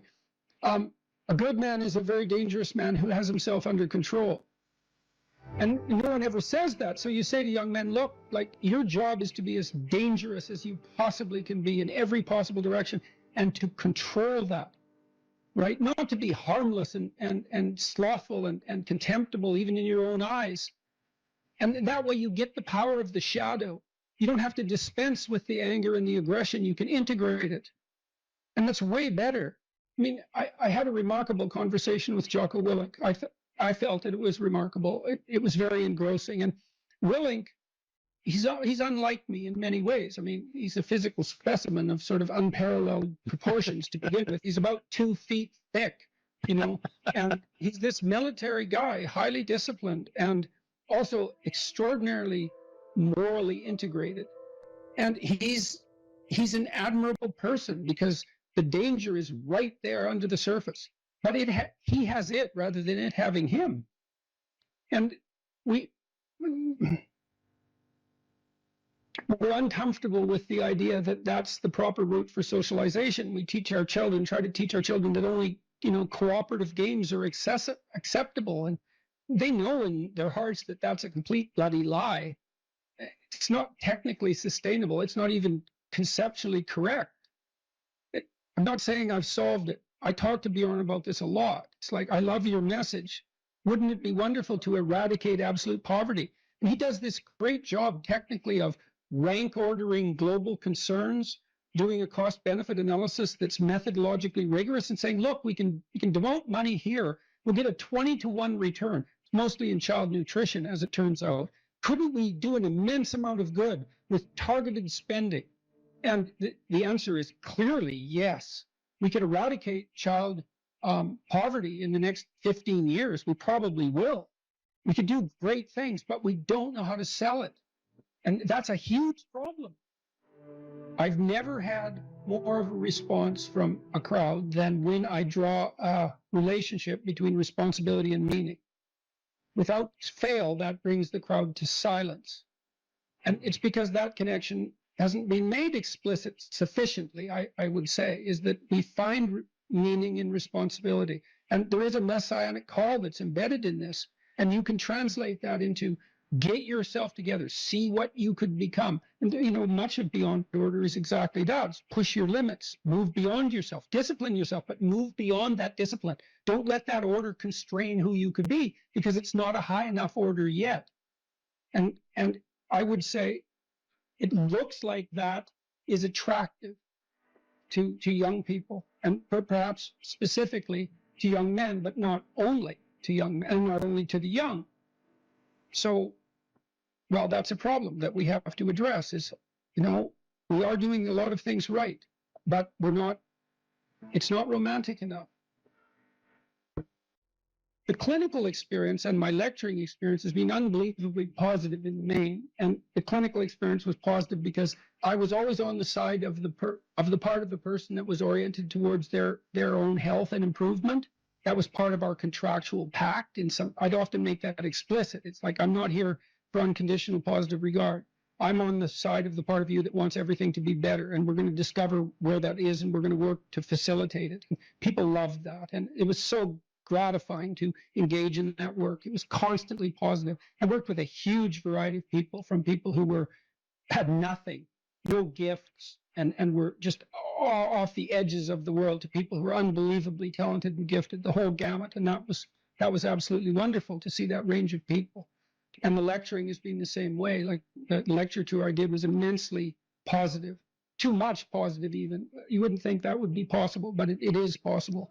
And I'm very positively oriented towards human beings in the main, despite I think we're great, flawed and terribly, but no wonder. No wonder. I mean, the burden we bear is absolutely, it's absurd. The existentialists made much of that. We have an absurd existence. We're aware of our own mortality. God, and we're animals. We're aware of our own mortality. What a burden. And yet here we are. And much of the time we're not corrupt and horrible. It's a miracle. So, it's a word of encouragement. And that's what people are responding so positively to in a time where everyone is told this story that, human activity is all a struggle for power, and that we're fundamentally a destructive force, and that we should rein ourselves in. And I'm not selling that message. It's a word of encouragement. You could be more than you are, and wouldn't that be great for everyone, including you?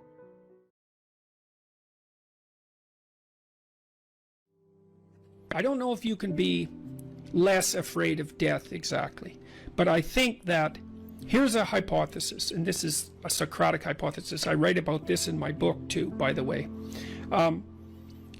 Maybe if you live your life thoroughly, right? You take use of the advantages, make use of the advantages that are put in front of you, make use of your talents, say yes to things, tell the truth, like stand up and get at it, assuming that you can do that, because some people are very ill and hurt, but assuming you can do that, I think the only way to combat fear of death is to live fully. And I think that might actually work. I kind of wonder, I've talked about this with my father too, who's getting pretty old. I've asked him if, for example, if he could be transformed back into an 18-year-old, knowing what he knows now, would he do it? And he was ambivalent about that. He didn't say no, but he didn't say yes. And we talked about this idea that if you lived your life fully, maybe that would be good enough. Because, I loved having kids, but I don't feel that I would have kids again, because in some sense I've already done that. And so maybe there's a set number of adventures that you have to go on in your life. Let's say you have to be married, you have to have kids, you have to have a career, you have to have friends, you have to have something useful to do with your time outside of work. Those are all things that are covered in the future authoring program, by the way. Maybe if you do all those, it's like, that's good enough. You've had your life, and that's enough. I mean, I don't know. 10 years ago, I thought, if I could extend my life radically, than I would. And I'm not so sure about that now that I'm 55, I'm getting older.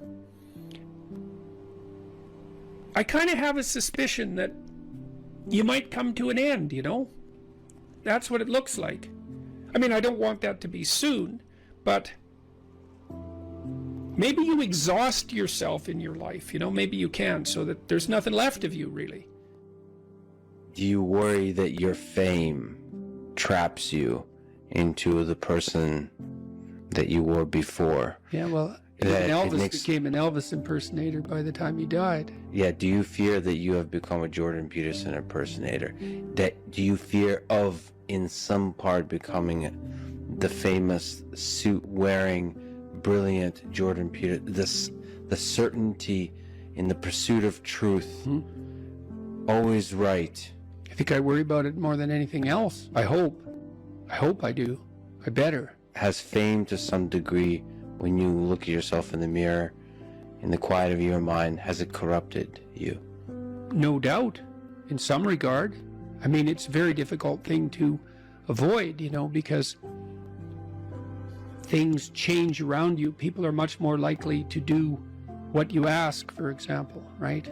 And so that's a danger, because one of the things that keeps you dying properly is that people push back against you optimally. This is why so many celebrities spiral out of control, especially the tyrannical types that, say, run countries.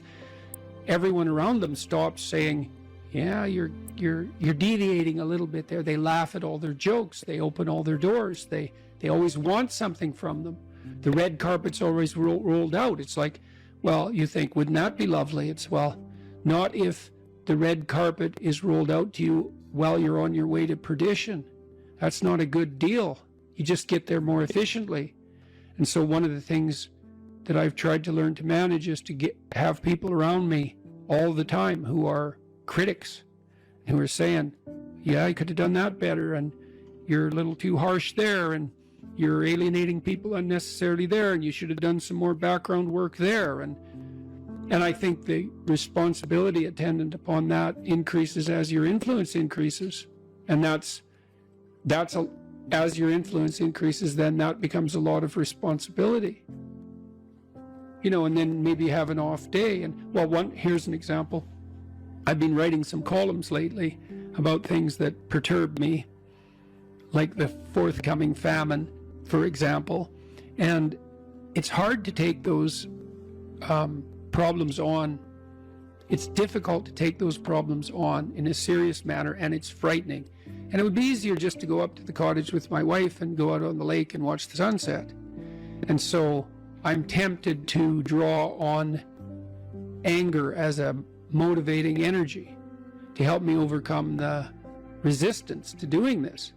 But then that makes me more harsh and judgmental in my tone when I'm reading such things, for example, on YouTube, than might be optimal. Now, I've had debates with people about that, because I have friends who say, no, if you're calling out the environmentalist globalists who are harassing the Dutch farmers, then a little anger is just the ticket. But then others say, well, you don't want to be too harsh because you alienate people who would otherwise listen to you. It's like, that's a hard balance to get right. But also maybe anger hardens your mind to where you don't notice the subtle, quiet beauty of the world. The quiet love that's always there, that permeates everything. Sometimes you can become deeply cynical about the world if it's the Nietzsche thing. Yeah. Battle not with monsters, lest ye become a monster. Yeah. And if you gaze into the abyss gazes also into you. Right. But I would say, bring it on. Right? Because that's why I also say, knowing that he's absolutely right, but if you gaze into the abyss long enough, you see the light, not the darkness. Are you sure about that? I'm betting my life on it. Yeah, that's a heck of a bet. Well, that's... Because it might distort your mind to where all you see... is abyss. Is abyss. Yeah. Is the evil in this world. Well, then I would say you haven't looked long enough. That's back to the... You're just the limited... The swords, the flaming swords. It's like... So I said the whole story of Christ was prefigured in that image. It's like the story of Christ psychologically is Radical acceptance of the worst possible tragedy.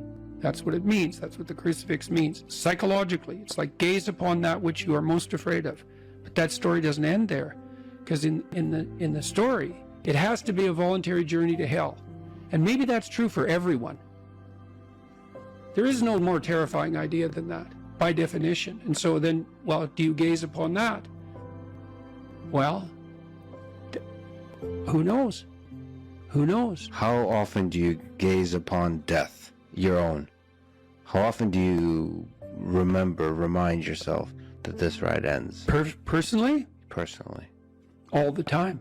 Because you, as a deep thinker and philosopher, it's easy to start philosophizing and forgetting that you might die today. The angel of death sits on every word. How's that? How often do you actually consciously... All the time. Notice the angel? All the time. I think it's one of the things that made me peculiar. When I was in graduate school, you know, I thought about, I had the thought of death in my mind all the time. And I noticed that many of the people that I was with, these were people I admired fine. That wasn't part of their character, but it was definitely part of mine. I'd wake up every morning. This happened for years. Think, time's short, get at it. Time's short, get at it. There's things to do. And so that was always, it's still there. And it's still there with, I would say, and it's unbearable in some sense. Are you afraid of it? Like what's Afraid your of death? relationship? Yeah. You know, I was ready to die a year ago. And not casually. I had people I loved, you know. So no, I'm not very worried about me, but I'm very worried about making a mistake. Yeah. I heard Elon Musk talk about that a couple of months ago. It was really a striking moment. Someone asked him about death, and he said, just offhand, and then went on with the conversation. He said, that'd be a relief. And then he went on with the conversation. And I thought, well, you know, he's got a lot of weight on his shoulders. I'm sure that part of him thinks, it'd be easier just if this wasn't here at all. Now, he said it offhand, but it was a telling moment in my estimation. So for him, that's a why live question.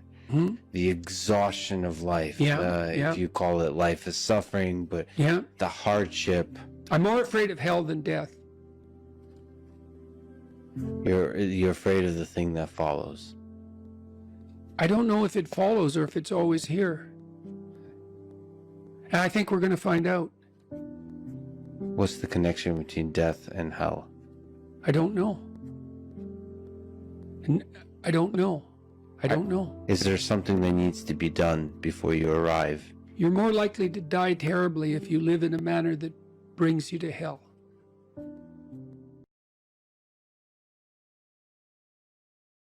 Assuming you want to get better, there's usually something you can figure out that would constitute a step towards some sort of concrete goal. And my presumption, it's a behavioral presumption fundamentally, is that small accruing gains that repeat are unbelievably powerful. You can tyrannize yourself into doing things, but I wouldn't recommend it. What I would recommend instead is that you ask yourself what you're willing to do.